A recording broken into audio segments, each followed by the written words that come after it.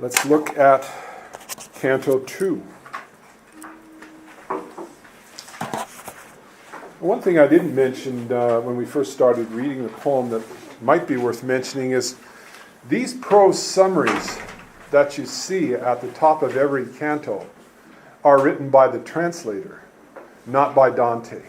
If you're studying Milton, you read Paradise Lost, well, those prose summaries at the beginning of each book of Paradise Lost are written by Milton, so you have to read them very carefully, and you can use them as evidence as to what Milton intends his poem to say. But these are just, I don't know how the tradition started. It'd be an interesting piece of research for somebody there. When did they start putting these summaries in? Every edition of Dante that I'm familiar with, both Italian and English translation, has these little canto summaries at the beginning. So one thing that occurs to me is that, what would it be like reading these cantos without reading that summary first? It'd be interesting, since some of you read part of this before, but if you get to a canto you've never read before, you have no idea what it's going to be about, don't read that. Read the canto, then read that, and then write an entry in your journal about the difference between your reactions as we call it, a naive reader, a reader that hasn't read the work before. A naive reading of the canto, and then one where at least you have a kind of summary of what's going to happen. I think that might make an interesting exercise. You lose, for example, the pleasure of discovering what the situation in the canto is. Because, you know already, this is about the lustful. When you read that, there's a big wind and everything, and you're thinking, so what's going on here? And eventually, you get the... actually, the lustful is not a good example because Virgil tells Dante almost immediately what the sin in that canto is, or that part of hell is. But in other sections of hell, we don't know the sin for sure, like the Ulysses canto. It's never made explicit what the sin of Ulysses is. But when you read the summary, it says, now Dante and Virgil enter the section of hell where those who sin through deceptive speech are punished. Well, right away it must be a sin of misuse of language. But that's not every critic agrees with that. Okay, the day was now departing. The dark air released the living beings of the earth from work and weariness, and I myself alone prepared to undergo the battle, both of the journeying and of the pity, which memory, mistaking not, shall show. So Dante enters hell at dusk. That's symbolically appropriate, right? Because he's going into a world of darkness, and so he enters the Inferno at sunset. And of course he's also thinking of the Aeneid, because that's when Sibyl and Aeneas enter the underworld. Actually, no, they enter it just before dawn, but it's still at night. Now this is at dusk. This is at sunset. So the day was now departing. I myself alone. So you're thinking to yourself, alone. I thought Virgil was with him. What happened here? Maybe Dante is thinking here of the idea that Virgil, although imagined as an external character of the poem, is really an aspect of his own personality, and therefore he is alone. Or maybe he's just thinking that this kind of spiritual confrontation that he's now going to undergo as he enters hell has to be faced alone. Nobody can help you on a deep level when you're struggling with the problems in your own personality and behavior. So it seems like an interesting io sol uno. There's no ambiguity about the statement. I myself alone, prepared to undergo the journey. Both the battle, both of the journeying and of the pity. Now, pity, I think, means more than pity, and I'll talk about that later. I've got a big, long song and dance about that particular word, pietà. pietate. So, O muses, O high genius, help me now. O memory, that set down what I saw. Here shall your excellence reveal itself. So the epic poet calls upon a muse or muses, goddesses of poetry, to help him, to inspire him in his writing. And he also calls upon his own genius. So Dante perhaps somewhat proud here of his ability as a poet.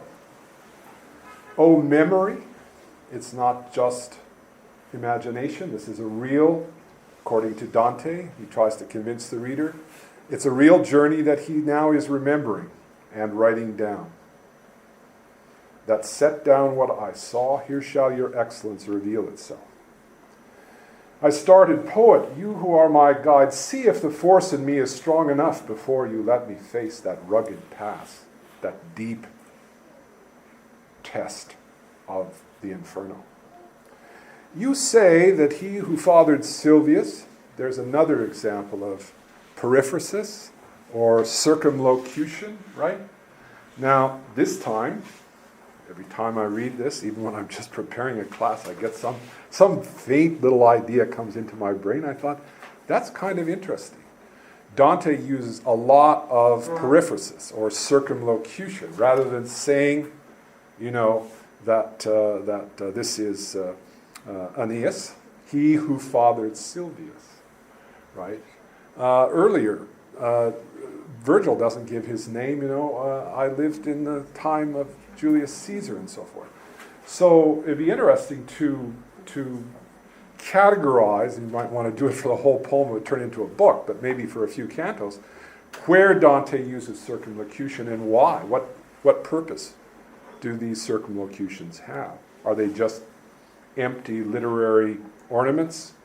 Or does he have a reason? I mean, you can see circumlocution where, you're trying to avoid mentioning something that is taboo. But this is not taboo. He who fathered Silvius, while he was still corruptible. So Silvius was Aeneas' second son. So this is Aeneas. You say that Aeneas, while he was still corruptible, that is, while he was still alive, had journeyed to the deathless world with his live body. This is book 6 of Virgil's Aeneid. For if the enemy of every evil, and there again, a periphrasis, this time you can understand that's a periphrasis for God. Maybe it's not so appropriate to mention God in the Inferno.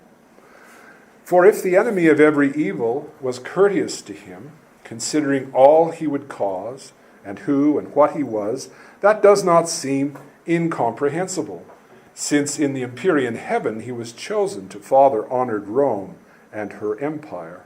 And, if the truth be told, Rome and her realm were destined to become the sacred place, the seat of the successor of great Peter. So there you get this strange idea that people in the Middle Ages had, that the purpose of the Roman Empire was to serve as an appropriate setting for the birth of Christ. That the Roman Empire would create a world at peace where Christ could be born and carry out his mission of the salvation of mankind. So what Dante is saying here is, I can understand how, at least in your fiction, notice he doesn't say it was the truth. He says,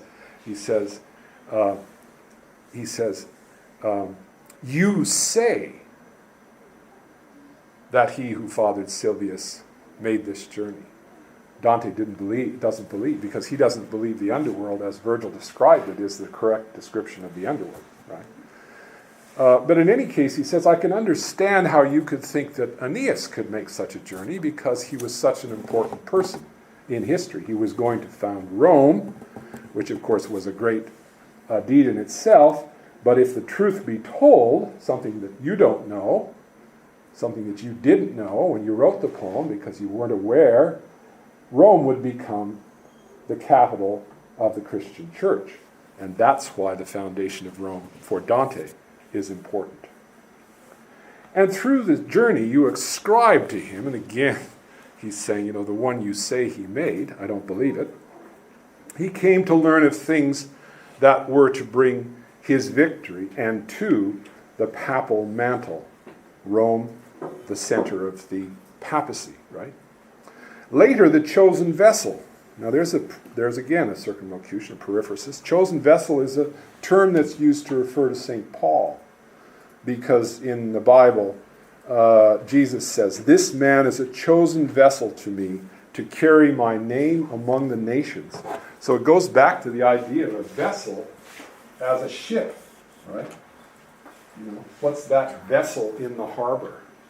Or a vessel as, a large bowl or cup, a vessel. So Peter was the vessel, the means by which Christ's teachings were carried to the world. He was the first missionary, right? Later, the chosen vessel traveled there. He went to the afterlife. St. Paul in, 2 Corinthians, says he was caught up to paradise. So he had a vision, a brief vision of heaven while he was alive. Later, the chosen vessel traveled there to bring back assurance of that faith with which the way to our salvation starts. But why should I go there? Who sanctions it? Who authorizes it? For I am not Aeneas. I am not Paul. Nor I, nor others think myself so worthy. So it's kind of nice here. I mean, Dante is asking a question that the reader might well ask too, Who is this guy to think that, this tremendous exception to the normal rules would be made just for him, that he gets a personal guided tour of the afterworld so that his soul can be saved. Therefore, if I consent to start this journey, I fear my venture may be wild and empty. You're wise. You know far more than what I say. So he says to Virgil, I don't think I'm qualified for this. How did I get chosen to do this? Maybe I shouldn't even try it. Maybe I'm not suitable. And just as he who unwills what he wills and shift what he intends to seek new ends, so that he's drawn from what he had begun, so was I in the middle of that dark land, because with all my thinking I annulled, cancelled the task I had so quickly undertaken. Well, this is called buyer's remorse, right? Very common psychological situation. You buy something that's cost you a lot of money, and then you begin to think, maybe that wasn't the right decision. A very common situation of that, like that, will occur if you get more than one offer for graduate school. And you'll have to decide. And once you've decided, you'll begin thinking, maybe I should have taken the other one.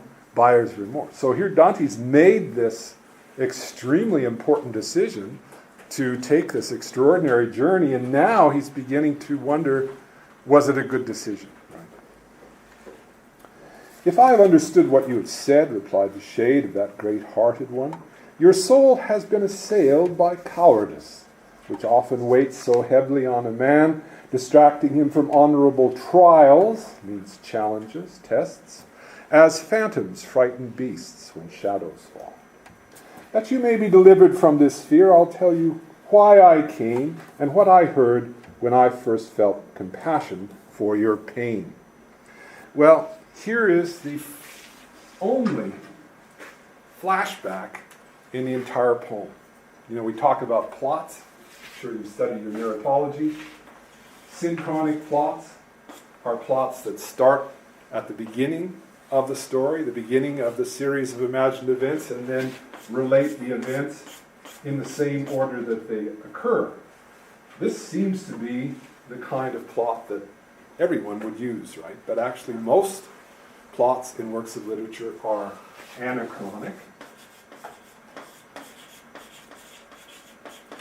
And that is, they don't follow chronological sequence. They often start at some point later in the series of events, continue for a little bit, and then go back, recap the previous events, come back to the present situation, and then go on. That's the structure, for example, of the Aeneid. It begins with a storm that drives Aeneas and his ships to Dido's kingdom.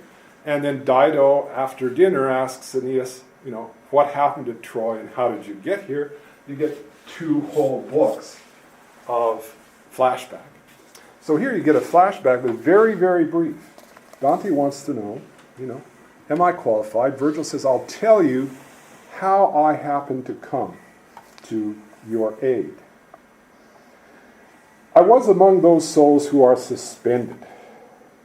Now that's very confusing. Sospesi. What does he possibly mean by that? We have no idea. It's not explained until much later.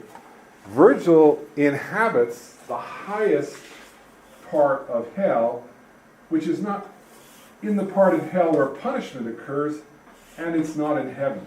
So it's sort of suspended between heaven and hell. Limbo. Limbo comes from a word that means hem. The division between 2 parts of a garment. So I was among those souls who are suspended. A lady called to me, so blessed, so lovely, that I implored to serve at her command. So a lady, these are una donna. These are the terms of courtly love. I implored to serve at her command. Right? The knight serves a lady. So at first you think, is this going to be an angel? Maybe this is the angel we were expecting, right? There's got to be an angel here somewhere.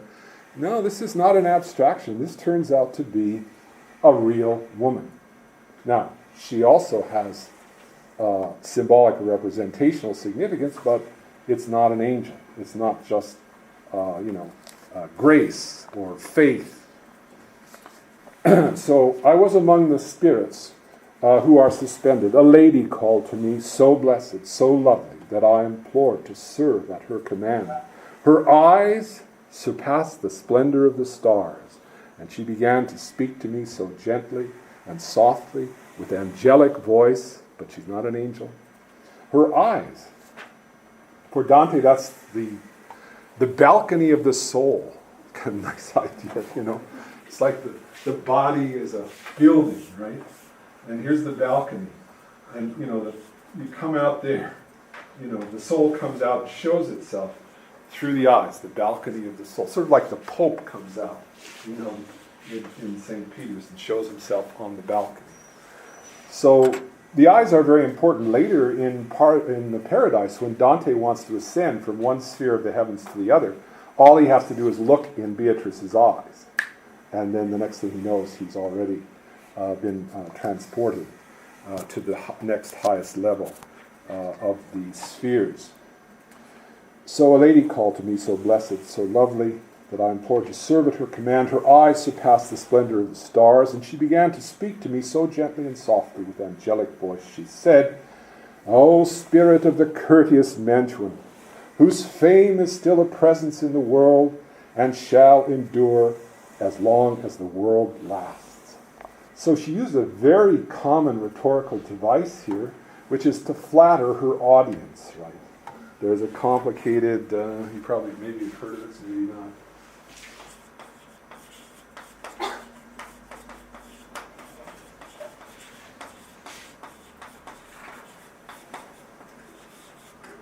Captatio benevolentiae, to capture the goodwill of your audience.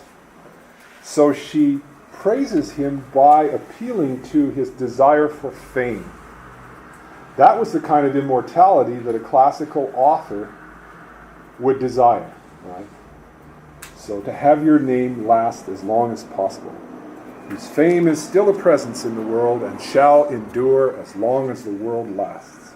My friend, who has not been the friend of fortune, is hindered in his path along that lonely hillside.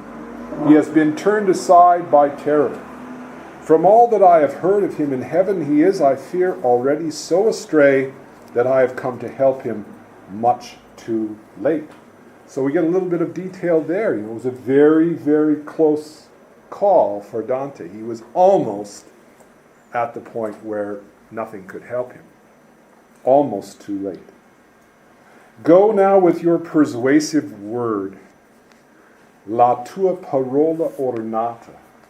That's lovely. Think of how much people in the Middle Ages and Renaissance valued persuasive speech, rhetoric, right? That's what, it's not that Virgil has, it's not your magical powers, it's your ability to use language to persuade Dante, to advise him on the journey. Go now with your persuasive word, with all that is required to see that he escapes. Bring help to him, that I may be consoled. For I am Beatrice, who send you on. I come from where I most long to return. Love prompted me, that love which makes me speak. So she identifies herself. She's not an angel. She's a woman, the woman that Dante was in love with. I come from where I most long to return.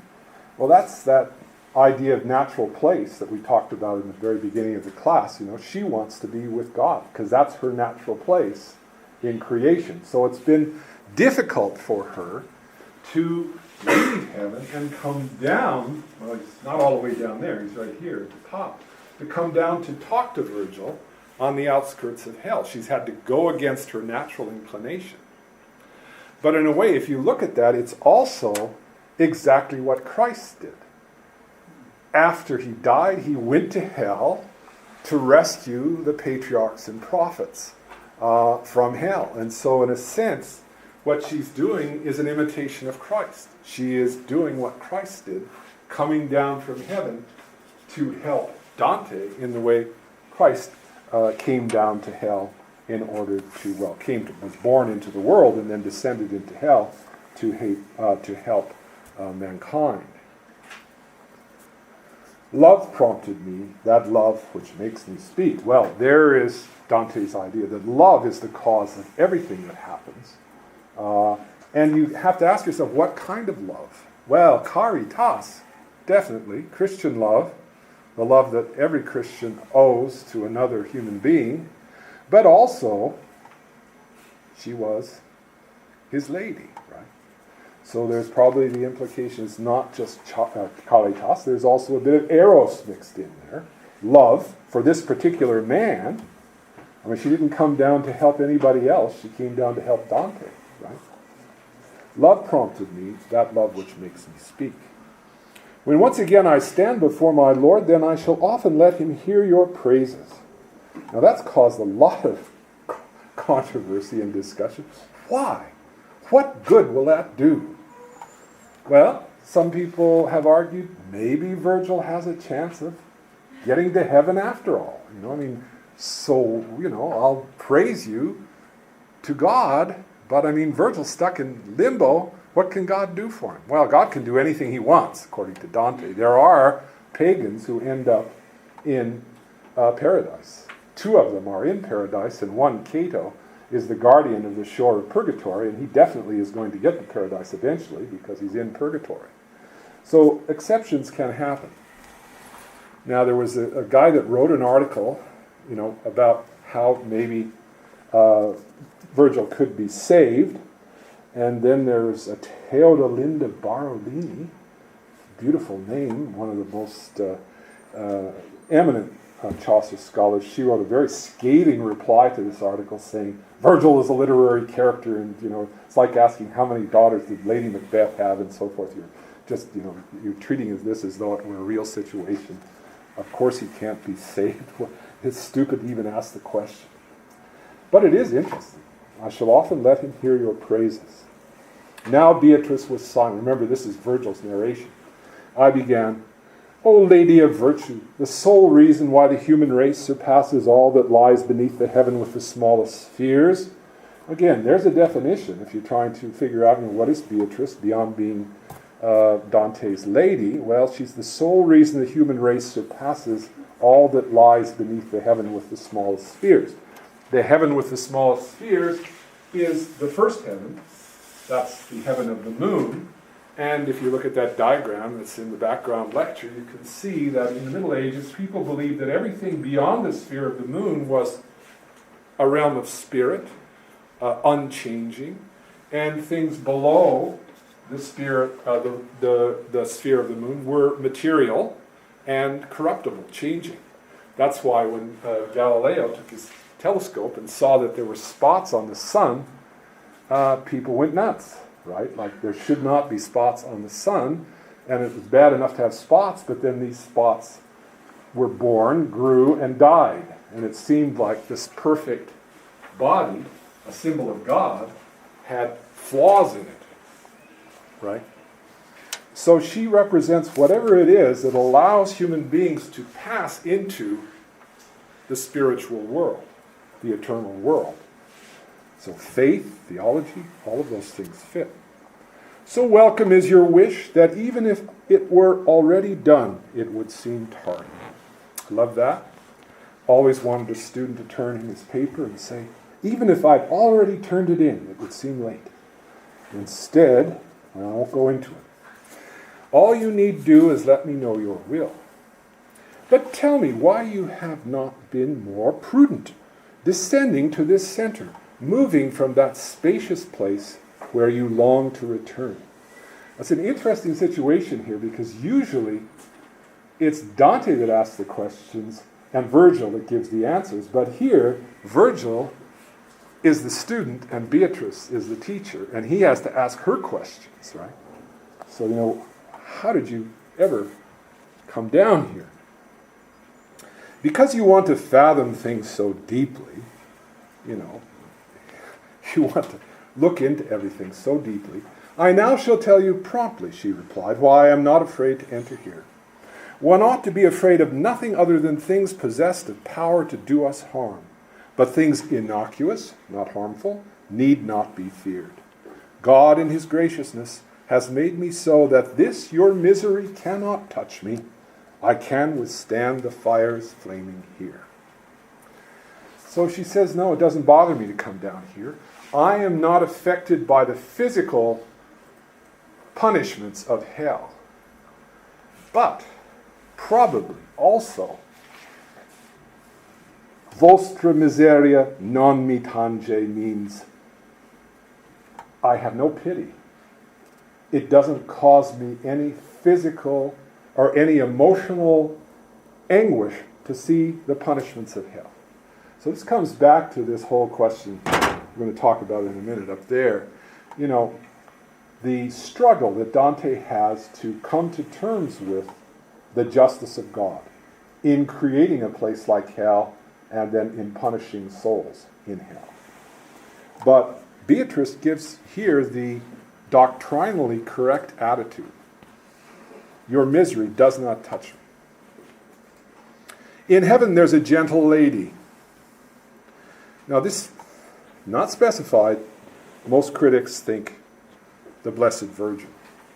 One who weeps for the distress towards which I send you, so that stern judgment up above is shattered. Stern judgment about Dante's being able to make such a journey, about Beatrice's being able to come to Limbo to ask Virgil to go, about Virgil's being able to leave Limbo to help Dante. All the rules are going to be broken. And it was she who called upon Lucia, requesting of her, now your faithful one has need of you, and I commend him to you. Lucia was a 4th century martyr. Her name comes from the Latin word lux, means light. So she's the patron saint of people that have trouble with their eyes. And according to Boccaccio, she was Dante's most important saint because he had trouble with his eyes. After Beatrice died, he was so upset that he threw himself into studies. And he studied so hard, he studied philosophy so hard that he, for a while, a few weeks, he lost his eyesight, but then it came back. So Lucia is a saint that's particularly dear to Dante. So the Blessed Virgin goes to Lucia, and Lucia goes to Beatrice. You think the Chinese idea of the Jade Emperor and all of his officials is just Chinese? No, I mean there's a bureaucracy up there, right? It has to go down through channels. So Lucia, enemy of every cruelty, arose and made her way to where I was, sitting beside the venerable Rachel. She said, "You, Beatrice, true praise of God, why have you not helped him who loves you so, that for your sake he's left the vulgar crowd? Do you not hear the anguish in his cry? Do you not see the death he wars against upon that river, ruthless as the sea?" No one within this world has ever been so quick to seek his good or flee his harm as I, when she had finished speaking thus, to come below, down from my blessed station. Well, it's not just Christian charity for a fellow creature, right? Why have you not helped him who loves you so, that for your sake he's left the vulgar crowd?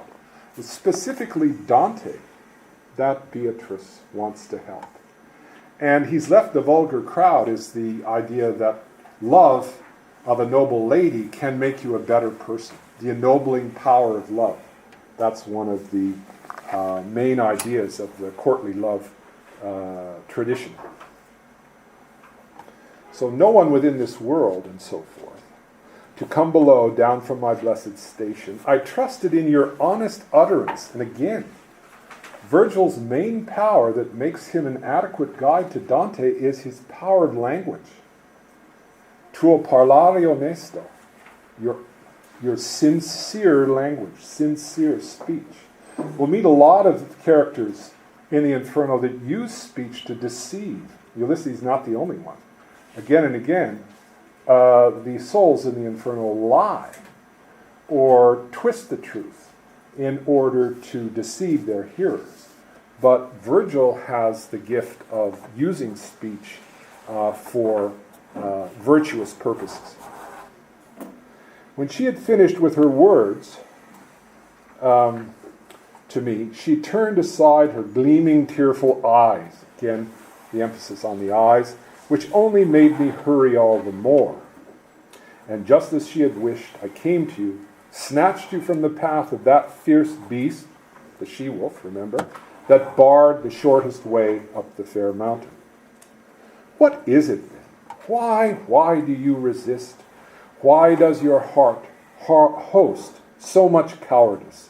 When where is your daring and your openness? So long as there are 3 such blessed women concerned for you within the court of heaven, and my words promise you so great a good. I love it.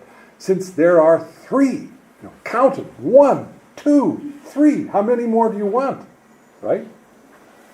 So I think the 3 women correspond to the 3 beasts, don't they? I mean, those are the ones that want to drag him down, and now he's got 3 blessed women trying to help him.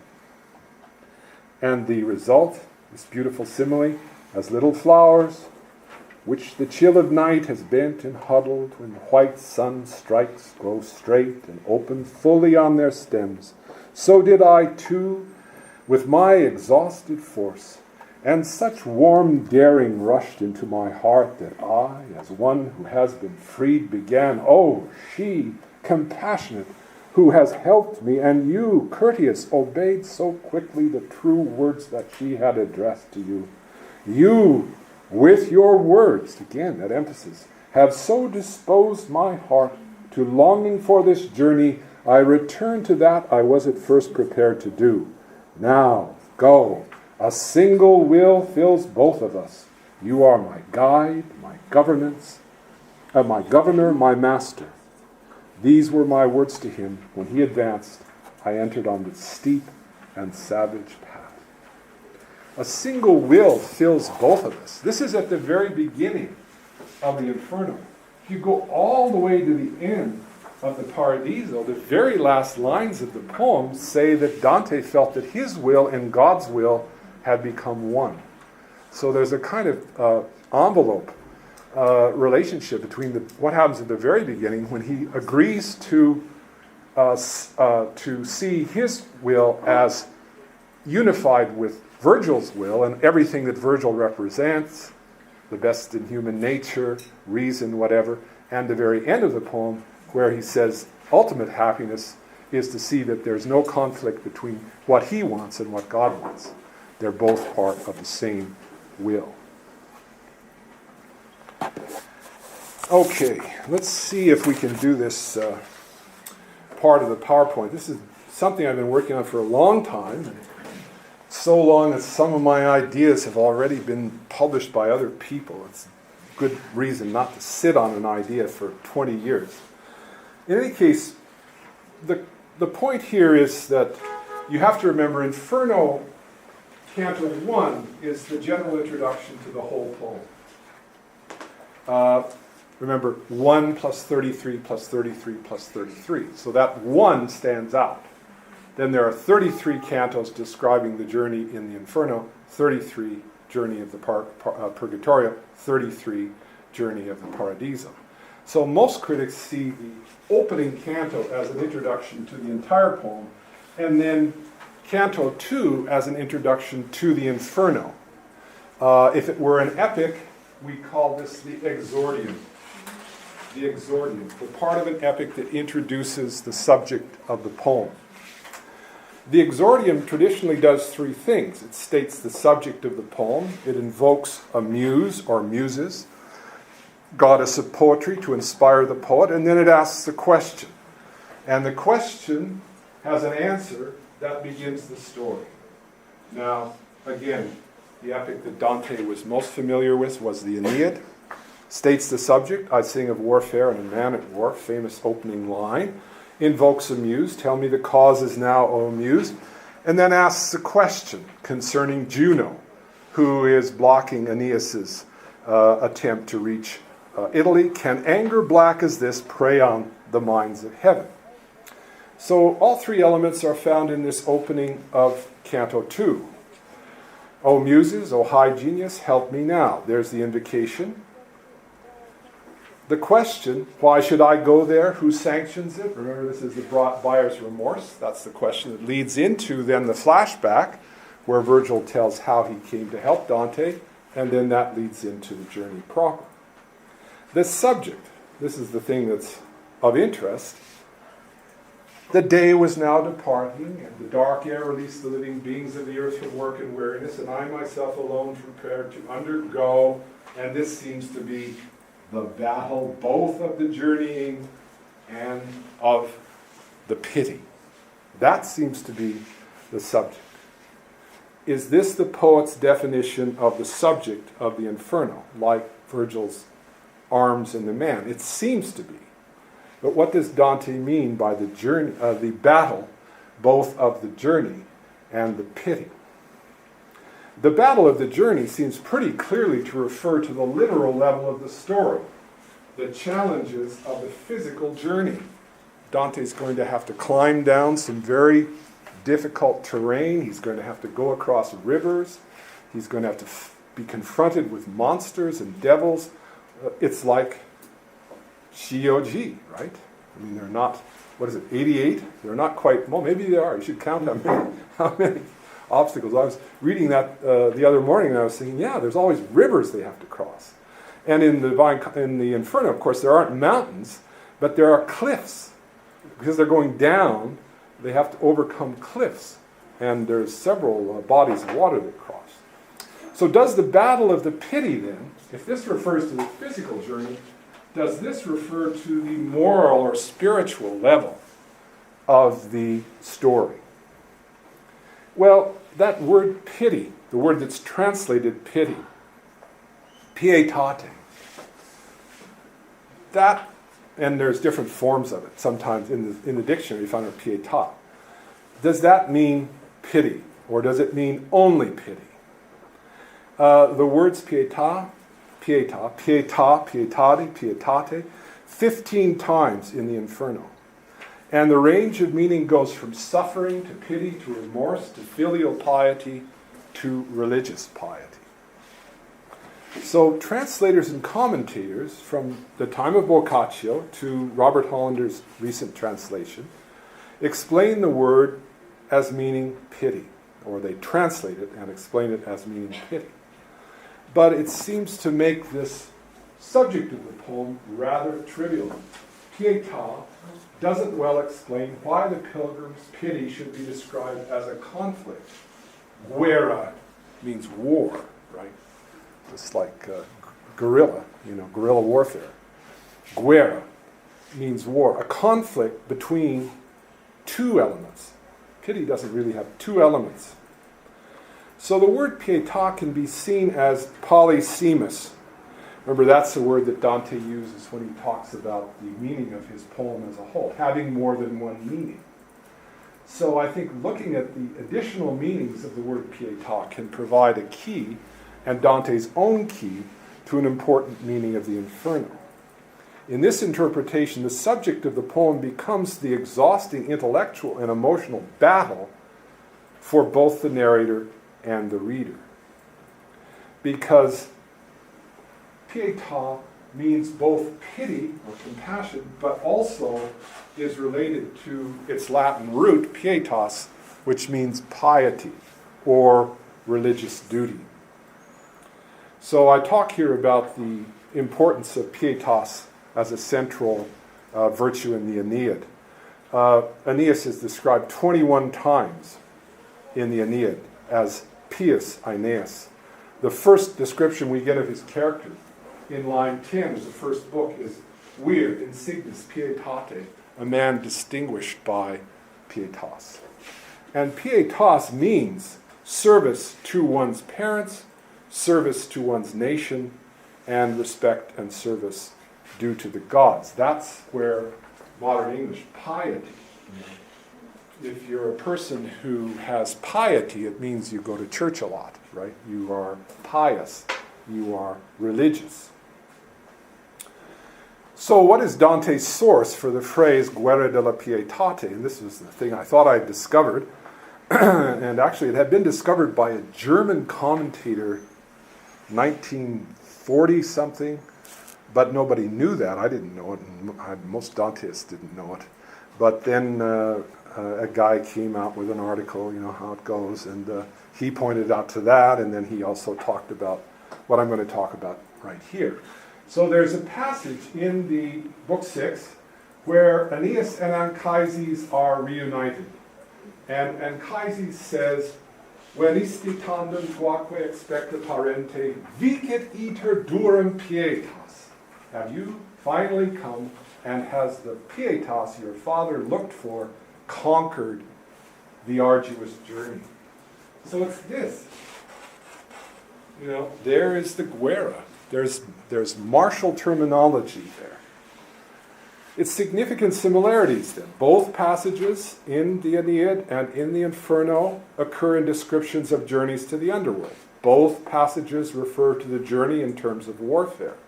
Both passages describe the struggle using the word that have the same root, pietas, pietate. So in Anchises' words to Aeneas, pietas unambiguously means filial piety, the duty owing to a father from a son.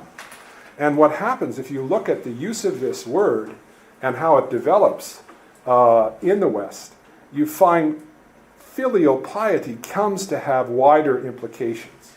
Duty to one's father becomes duty to the father, becomes religious duty. So you find Augustine writing in De Curitate, the word pietas is generally understood as referring particularly to the worship of God. So this double meaning, there's a pun. I'm not blaming the translators for not, translating it as pity piety / but it ought to be in the notes that this is a possible way of looking at that. It is very possibly a pun. So it begins to make sense then. The guerra della pietate is the struggle between natural human pity that causes the narrator and the reader to sympathize with the souls that are encountered in the Inferno, and the piety which requires us to agree with God's judgment of the souls.